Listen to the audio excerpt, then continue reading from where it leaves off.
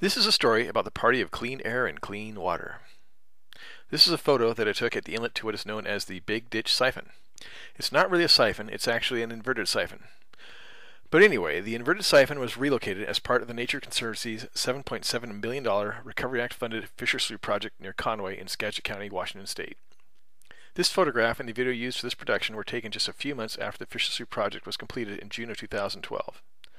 The water, or more accurately the stew at the siphon, ultimately discharges into Skagit Bay in Puget Sound just north of Stanwood, Washington. You're probably asking, how in the world could something like this happen? The answer is a parade of Democrats and the environmental industrial complex. Ground zero for this mess was State Senator Mary Margaret Haugen. Mary Margaret Haugen served the 10th District from 1993 to 2012. She is a Democrat. On April 24, 2003, the day after Earth Day, she authored a story titled Farmers Help Solve Skagit Dispute that was published in the Seattle Post-Intelligencer. In her story, she said, "The farming community has put up with years of meetings with the DFW and tribes. It's time for action, which is why I've been working with farmers this session to pass legislation that helps preserve Skagit Valley's agricultural base and gives more authority to the locals. My proposals are included in House Bill 1418, which easily passed the legislature and now awaits the governor's signature." Back in 2003, the governor of the state of Washington was another politician from the party of clean air and clean water, a fellow named Gary Locke.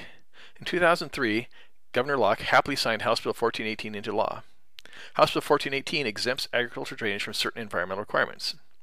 Judging by the photo and the video of the Big Ditch, it's hard to imagine that any environmental requirements apply to the agricultural drainage known as the Big Ditch.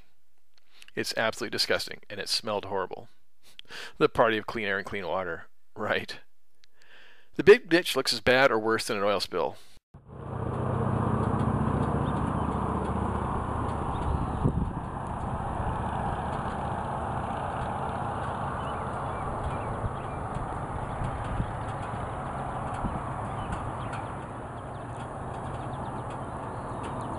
Why does it look like sludge?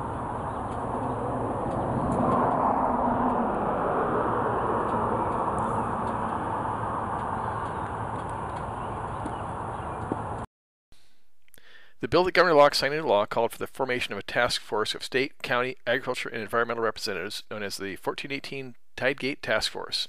This group came up with the idea for the Fisher Slough project. Governor Locke's successor, Christine Gregoire, endorsed the project and requested Recovery Act funds for construction. Construction of the Big Ditch Siphon was made possible by millions of dollars from President Obama's $800 billion Recovery and Reinvestment Act of 2009. What a wonderful investment. President Obama shouldn't get all the credit for this. Karen Anderson, Washington director of the Nature Conservancy, made the following statement. "We also want to thank Senator Maria Cantwell for her strong advocacy for funding for NOAA to accomplish environmental restoration work, as well as Senator Patty Murray and Rep. Rick Larson for their support." Speaking of Rick Larson, here's something that I find humorous. In an interview published in the Stanwood Command News on November 11, 2011, the project manager for the Nature Conservancy, Ms. Jenny Baker, bragged to Senator Larson that, at some point during the two-year endeavor, 225 positions from 16 organizations were in contact with it. The Fisher Slough project is what is known in the military as a Charlie Foxtrot. Describing this Charlie Foxtrot as a two-year endeavor with 225 positions is unnecessarily graphic, but amusing nonetheless. Every single one of the politicians that I mentioned in this video are Democrats. So much for the party of clean air and clean water. The Fisher Slough project is unbelievable.